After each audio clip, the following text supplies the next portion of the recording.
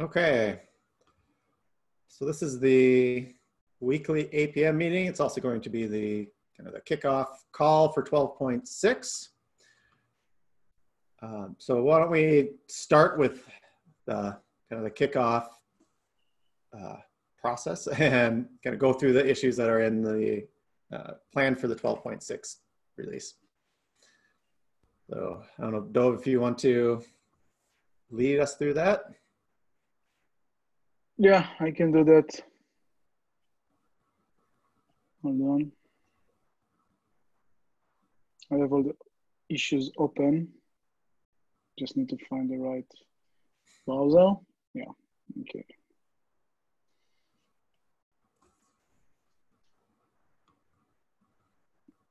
Okay, can you see my? Yep. Okay, that's the wrong browser. Here it is. Okay. Okay. First issue is an investigation or a spike issue. We spoke about it, I think, in previous conversation. I want us to try to find a database that can store metrics for Prometheus. I know that we talked about Thanos as an option, but I don't think, based on the conversation that I had with several engineers that use Thanos, I don't think it should be the one that we need to work on. That we need to investigate. I put them some suggestions here. M3 and Victoria metrics. Maybe we can look at those. Maybe we can look at what we have today in the market. But we need to try to find something that can help us implement metric use case to store them for long term. With our recent problems with Redis, should we move away from reactive caching for the Prometheus data, and should this be a kind of a roadmap to moving away from reactive caching for Prometheus data, because it does go into Redis? If I'm getting into the weeds, just say, let's don't worry about it. It's a part of, I guess it's a part of the investigation. If we need to put some more questions here, we can discuss this and bring the relevant engineers into the picture. Next one is the log viewer for Elasticsearch. We have an ongoing discussion, and hopefully it will converge soon. Basically, we need to create some sort of a UI that can present the logs that are coming from Elasticsearch. The next one is spun up out of an issue that turned into an epic about the infrastructure dashboard. There are some designs on the epic itself, but this specific issue described the drop-down box from which a customer can choose the metric he wants to see across all his pods.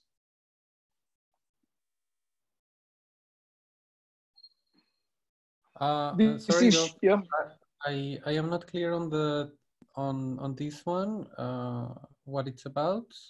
Okay, maybe yeah, I can you spend some time putting the UI up, or yeah, we can do that.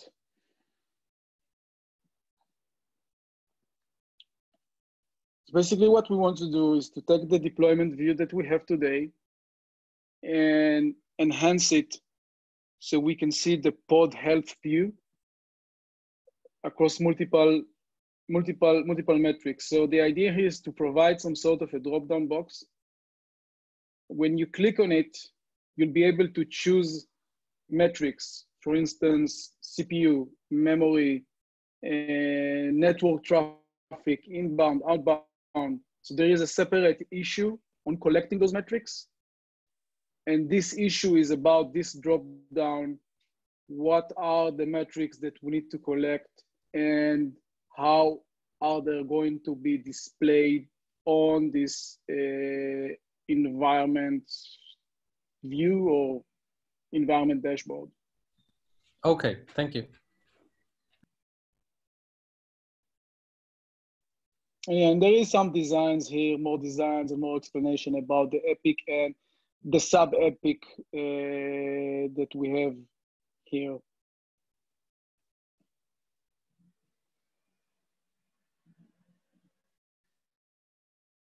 So the next one is the front-end issue to support multiple metrics alerts.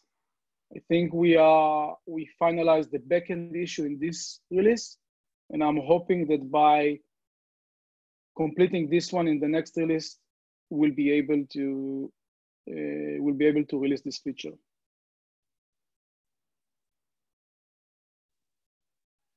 Okay, next issue is about the self-monitoring project, and add a button to create it.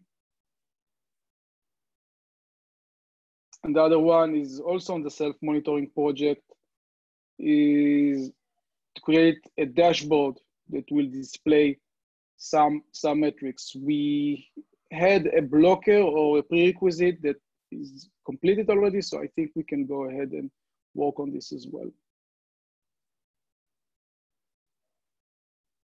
And the next one is on the pod logs kubectl. Today we support environments and pods. We can display logs from different environment, and we can choose specific pod. We want to enhance it a bit more, and also to choose a specific container out of a pod. Yeah, I think the backend is already made, is already built for all of this. Is that correct? Is Ruben in the call? Yeah. So for this one, support multiple containers, I think we'll need a new API. The backend doesn't currently support an easy way to get this data. Okay. Okay. You mean multiple, multiple as in at the same time? Mm. No, I mean, for the dropdown, you'll need a list of containers, right? Even if it's only one container in the pod, you'll still need the list. Okay. Okay. I understand. Okay. But it's not too much, it seems. Too much work, you mean? Right. No, it's probably just a simple API. Okay. Well, the list of container names is dependent on the pod selected, right? So you have to go back and make a round trip to find the containers after you select the pod. Yeah. Yeah. And we should allow also to choose like old containers. So we need to have like a wildcard here as well, as it is working today. Let's say that I want to see only the pods, the logs from the pods, like we have it today. We should also allow this to happen. Basically, the current functionality, not to remove some functionality. Today, what happens is that you view the logs of the first container. It doesn't show the logs of all containers. Oh, it doesn't display the logs from all the pods, from the pod directly? No. First container? Okay. Yeah, it randomly chooses the first container and displays the logs of that. Okay. Thanks for the clarification. Okay, next one is about the Elastic chart setting. There are some parameters that we can configure, and this is an investigation on what makes sense for us to set. Like number of replicas, retention policies, and maybe there are some more. And this one is about the icon that is misaligned.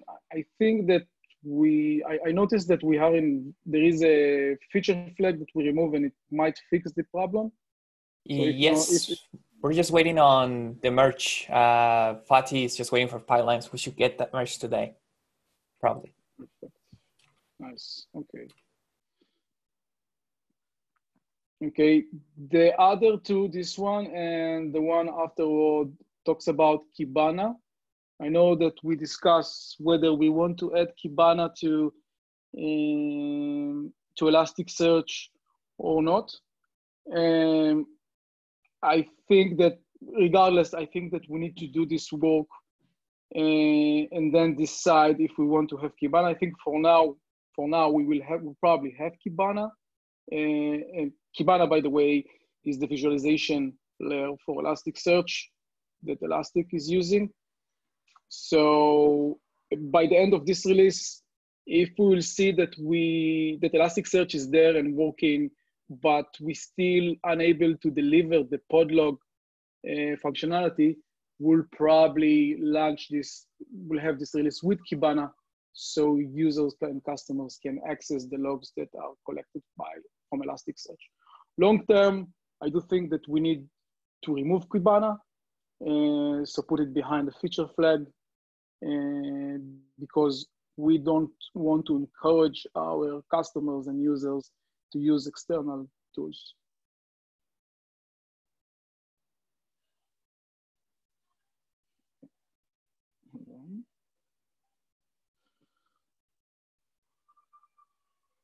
Okay, so this was, okay, this is a bug about the way we print out different errors to our users.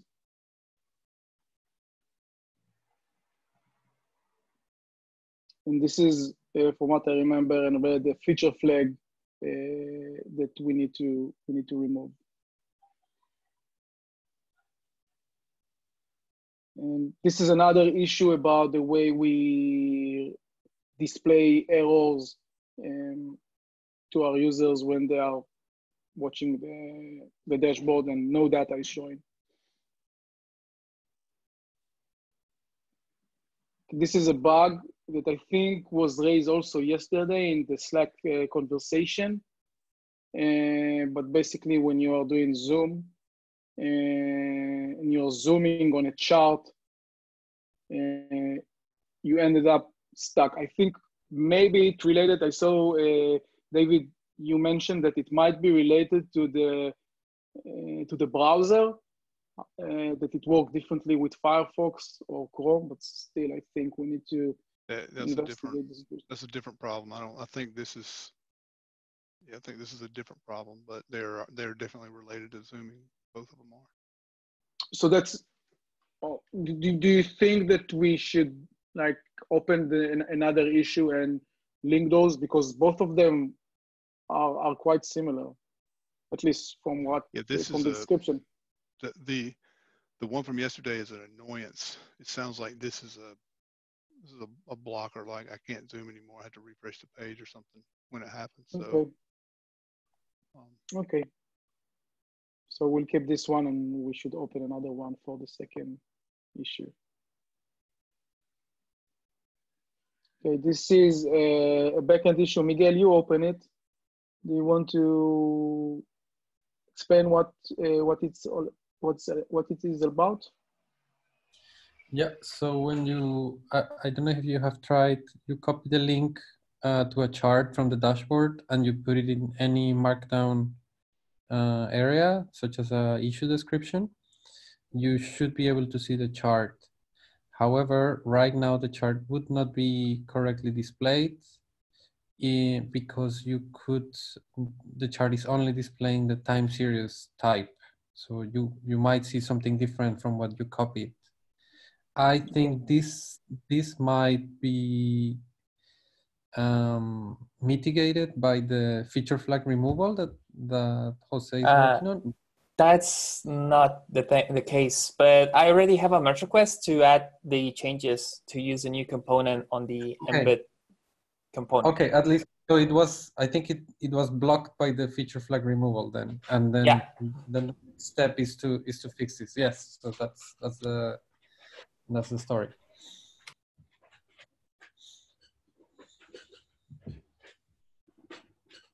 Okay, this next one is a strange bug that we need to probably investigate. I know that I've seen ingress data, but maybe if we follow the description on how to reproduce it, we may end up discovering this bug. So it's worth to investigate. Yeah, we definitely should too. I'm not sure, because I know ingress won't show up until you drive traffic to the actual, so it may, well, I don't know. We'll have to investigate and just confirm that.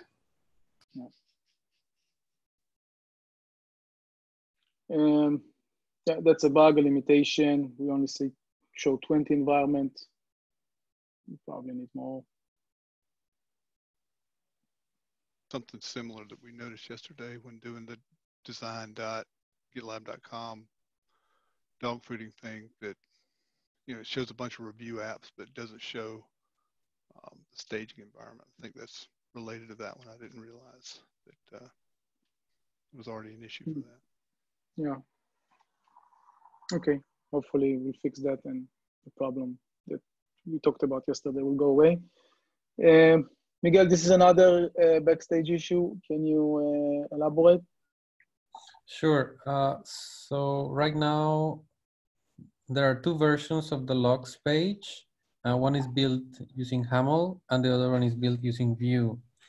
The Vue version will help us moving forward to display more sophisticated dropdowns that have search or that do some interesting things. And then we would like to switch completely to Vue. So this is the task. Okay. For now, we're kind of we're still stabilizing a little bit this page. We had a bug that was hidden behind the feature flag, so it's good to wait a little bit. But I hope the next milestone we will completely switch to Vue. Okay, and this is applied to both like the kubectl and the Elasticsearch log page? Yeah, that's right. Perfect. Okay. This is a bug related to the way we handle unsupported PromQL queries. Okay, there's a description here. Need to fix. Another feature flag that we need to remove. Yeah, that's another annoying bug on the dropdown. When you select the dashboard, you see the YML file and not the name of the dashboard.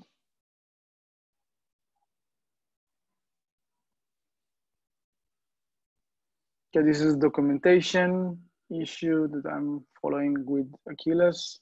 We're hoping we'll be able to do this in this release. And this is a bug that I also experience when you have a dashboard, a single chart with no data. The dashboard does not expand. So if you create a custom metric, even if it does not have that data, the dashboard itself need to expand. You need to see no data. So it's really annoying. Some work was done on that recently. Do you think that it's, well, I guess Daraj did that. I think Daraj made the change. Yeah, we'll have to verify. It looks like there is a related merge request there, so it may actually be fixed. I'll double check with Martin. I know he was working on this. Yeah, I worked on related issue. I can't remember which one it is, but this one might still be there, so we might need a fix for this. Fix the one where the charts didn't show up. Thank you very much. That was awesome. Oh yeah. You don't have to resize your thing. Yeah, you don't have to resize the browser. It was a brilliant piece of code. I saw it and I was like, wow. I was like, how did you figure that out? It's amazing.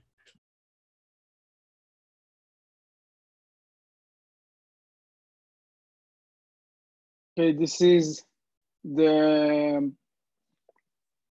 another issue that spun off the original one on editing an existing dashboard. And this is to create a new dashboard through a YML file, through a merge request, basically solving some of the pain the customers need to do when they are creating new dashboards. Yeah, actually, I have a question about that. Currently, we have the custom metrics that get stored in the database, and they seem to be associated with the enterprise version. However, users are able to create their own metrics very easily using their own dashboards.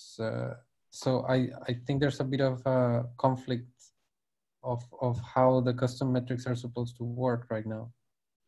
I personally, I think custom metrics needs to be in core. I don't know if you're familiar with our, forgot the term, the buyer,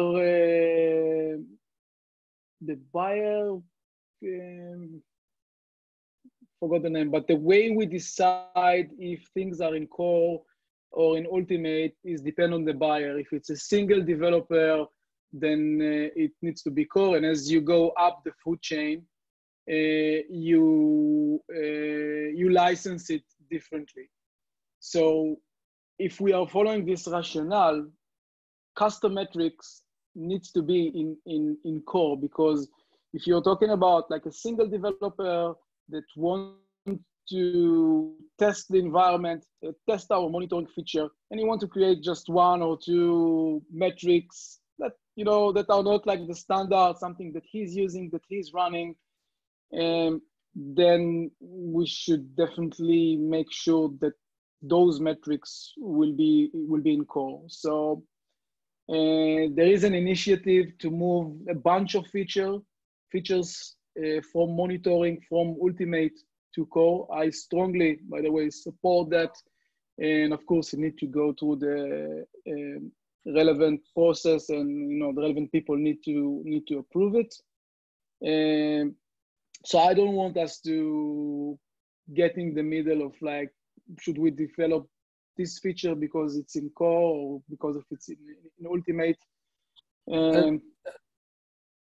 Yeah, no, my opinion is that right now the users are able to create their custom metrics if they use the YAML file. And this is confusing. Yeah. Because they are also able to put it through the custom metrics UI, and it creates different things. In like one creates an entry in the database, and the other one is creating is the YAML like infrastructure as code. So it's kind of contradicting, and I think we should choose which one we want to provide. I think we should eventually remove then the custom metrics from the database. Yeah, I don't know if everybody agrees. I think I'm with you on that one. Basically, it needs to be available for everyone. But yeah, I mean, I guess that's a different discussion.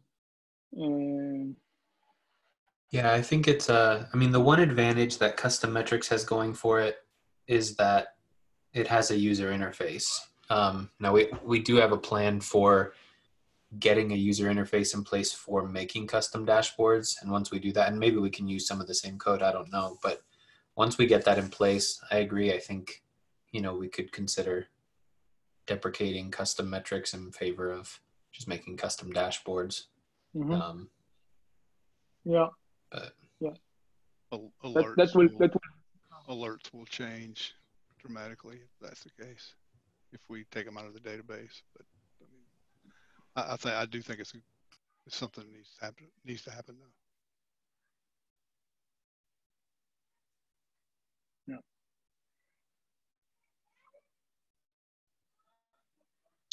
Yeah. This is the last piece. This is the backend part for getting all the logs from Elasticsearch. Yeah, and this is the last one. I don't know what's the status, Matt, on the 12.5, but I do expect that some issues will move from 12.5 to 12.6. Obviously, we need to tag them accordingly. As I wrote and I discussed in the previous meeting, logs will probably get prioritized on the expense of other issues. So once we'll see which issues are moved, we may end up removing some of the issues that we discussed today.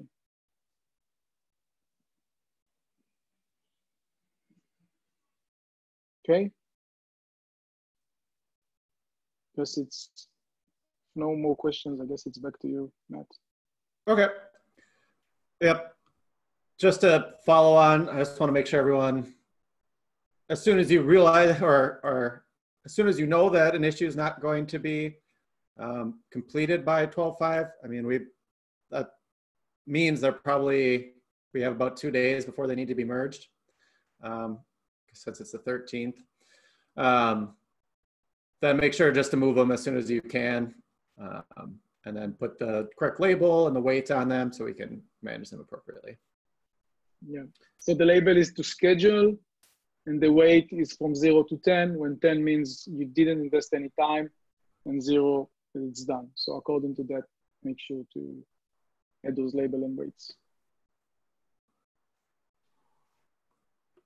Okay, great. Ruben, you had one about you had the next item? Yeah, so that's the issue that we discussed last meeting, the one about the cache not getting hit most of the time on the metrics dashboard. So I just wanted to bring it to everyone's notice. Yep, I put a comment in there. I don't know if it makes sense to address this also from the front end side. Say we don't request any kind of time frame. We round down. We request only like maybe every minute. So then if you refresh the page 10 times in 1 minute, you still hit the same data. I just put the discussion there. So I think there could be more ways to solve it as well. Yeah, so the production team uses a product called Trickster to solve this. It basically has a feature called step boundary normalization, which is what you just described. So yeah, we could do that to improve the cache hit ratio.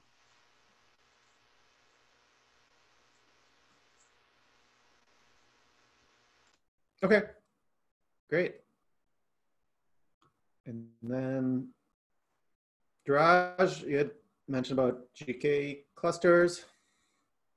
Yeah, just a gentle reminder, please take a look at your clusters. If there's any unused clusters, please delete them. And now the monitoring sandbox projects are up and ready on staging and GitLab.com, so you should be able to use them.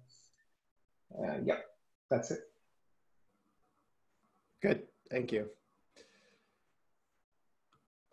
Okay, are there other topics people want to discuss?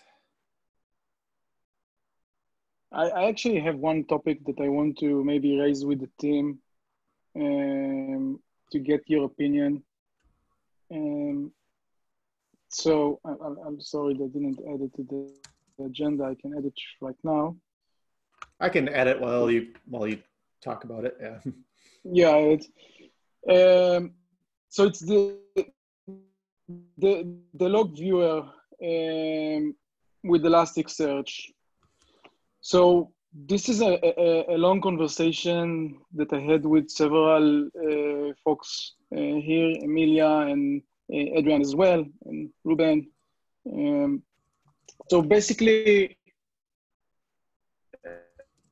the discussion is around how are we going to allow our users to move from kubectl, viewing logs the way we view today, directly from Kubernetes, using the kubectl command, versus allowing the users to use Elasticsearch and consume the logs from the same UI using Elasticsearch. Now I think there are like two opinions that we are keep debating between ourselves. One is to allow the user to have both. Let's say that I'm a user and I have Elasticsearch installed, but I still want to use the kubectl functionality. Why? And I listed several reasons why I think kubectl is the right. I mean, what's the benefit of using kubectl? So one, you don't have any dependencies on any backend application. Two, it feels like kind of a live tail kind of feature. And three, it simply works. You don't need to install anything. You don't need to do anything else. So the discussion is, should we allow the user to have the option to select and move between different sources? Or should we simply say the default is Elasticsearch if you have Elasticsearch, and if not, you'll have kubectl. So that's basically what we are discussing, and I would very much like to hear your opinion about that.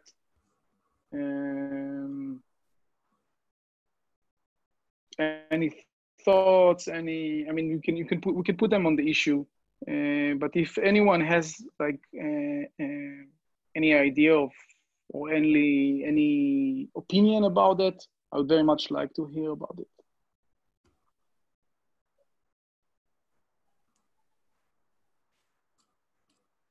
I guess not. Well, I mean, so are we asking when somebody comes to us and we're going to make them switch off of whatever log, if they're using Logly or they're using Sumo Logic or they're using something else, we're going to say, okay, you're going to use, it's either kubectl, Elasticsearch, or nothing. I mean, so it seems like that the friction to adopting GitLab is lower if we say, okay, bring, and if we're saying, we're not going to support, our support Cabana, from a long-term standpoint. If we had a solution for, okay, you can bring Cabana until ours. I don't know where I'm going with that, but it seems like that as an ops person, I do want to have the ability to kind of pick my poison from a log viewing standpoint, but we don't want to be implementing 18 different solutions either. 2 solutions is workable, but if there's another, somebody's going to say, well, can you support blah? And well, that's extra work there, right? Yeah, I think that, okay, so let me clear some of the confusion. I don't think that for now we are at a point that we tell our users, okay, you use Elasticsearch, you use Logly, you use Logz.ia, you use Sumo Logic, drop all of this, forget about it, use what we have. No, I think that for now we are addressing the developer. If you have a Kubernetes cluster and you're deploying your application to GitLab, we can easily get those logs, ideally in a push of a button, and you can see everything in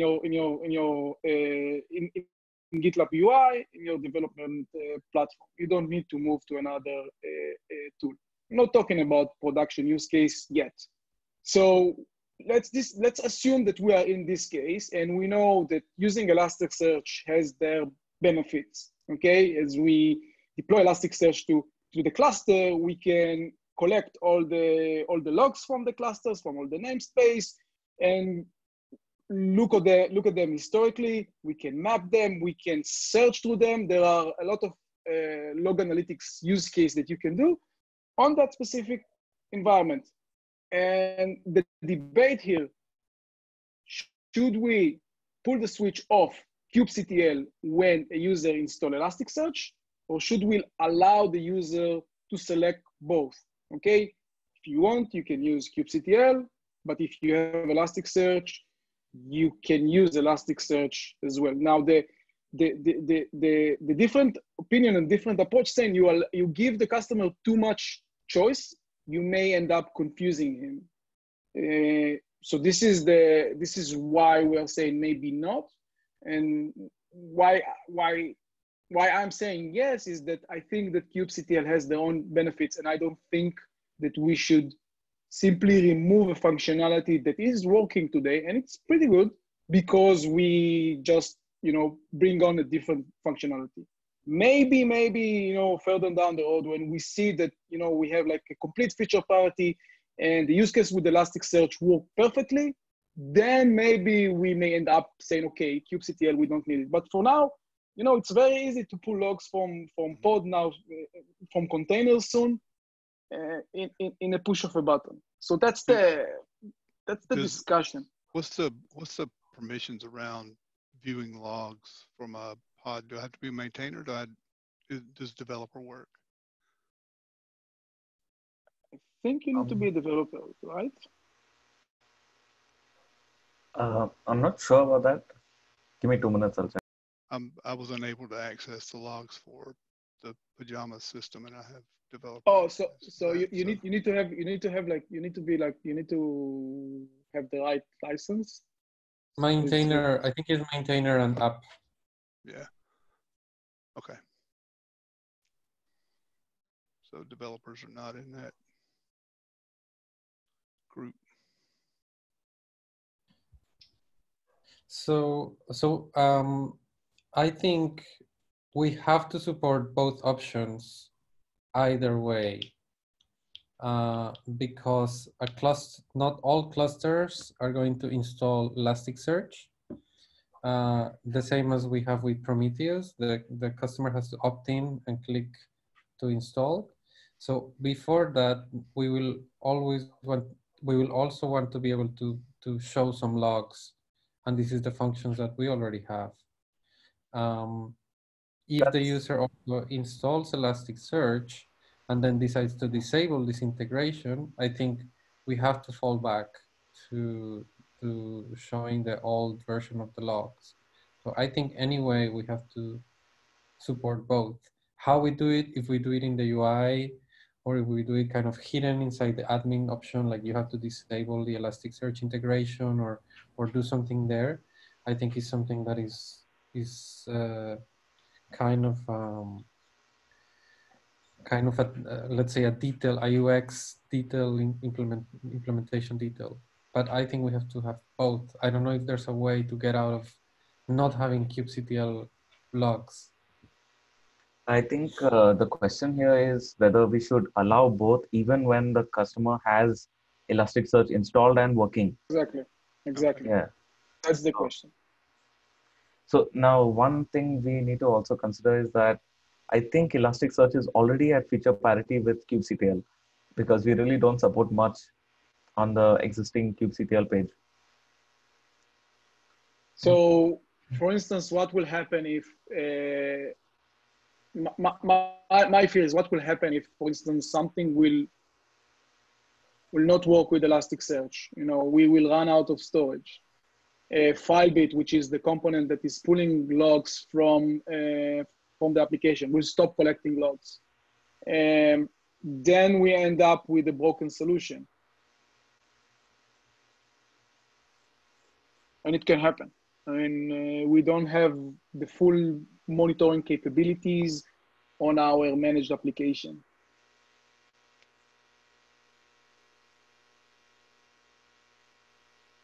I have a question.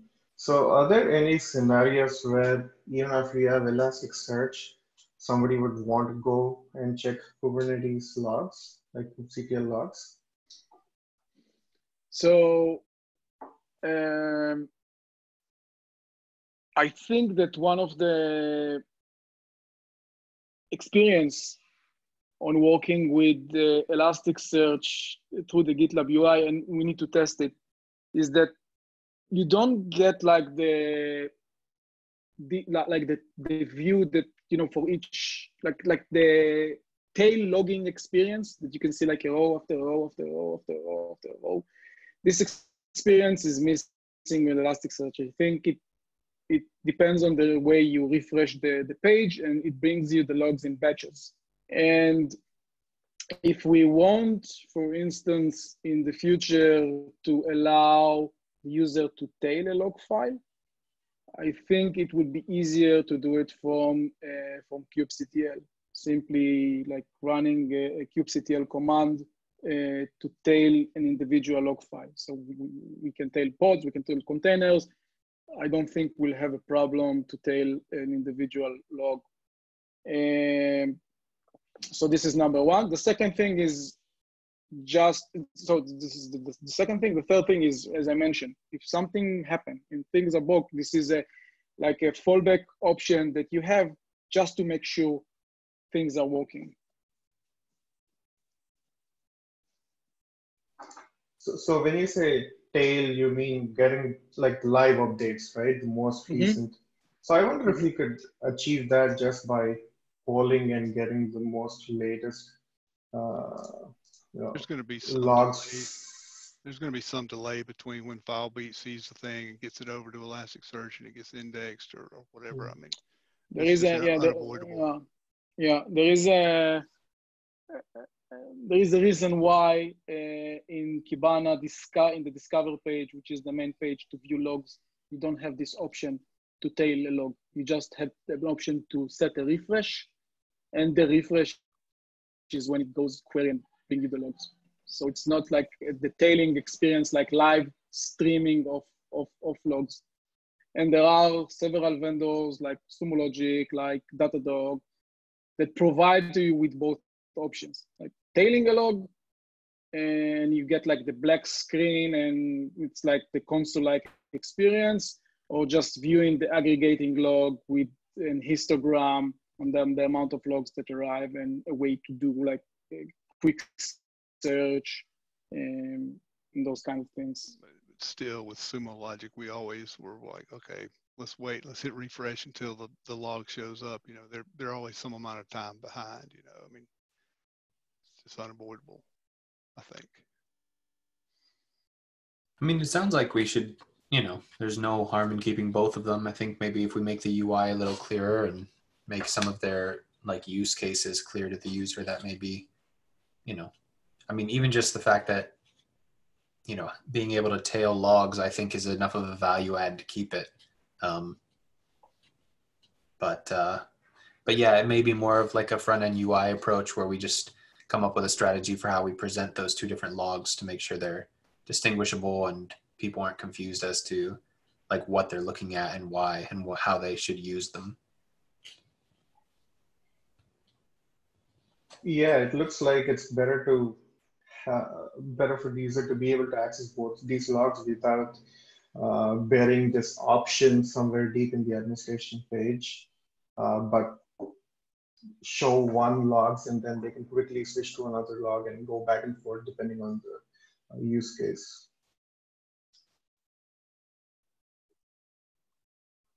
Okay. Yeah, I think we spent enough time on this issue. But thanks for the discussion. Okay. Yeah, great. Is there anything, other topics that people have? I'll just add a note about that. So if we do decide to go with showing the user both options, the backend implementation will have to change.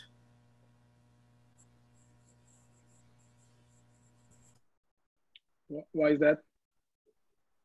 The way it's currently built is that if Elasticsearch is installed and enabled, it automatically uses Elasticsearch instead of kubectl. So it's literally like an if-else. So we'll have to change the implementation. And what is the effort in doing that? Adrian will probably be more accurate, but I don't think it should be a large effort. You basically just have to move it somewhere else and give the option of hitting that separately from kubectl. Okay. Eventually, those APIs will have to diverge, I think, because with Elasticsearch, we will be able to query in a different way than than the kubectl ones, right? Like right now, the kubectl ones are very rigid. Like we have to say pod, we have to say environment, pod, container, and drill down. And then instead Elasticsearch one is going to be more like a number of parameters and maybe as a keyword that you put and maybe a label or a time. So it's more free form, right? Like this search that we have for issues, like you search by that. So anyway, we have to diverge those two APIs.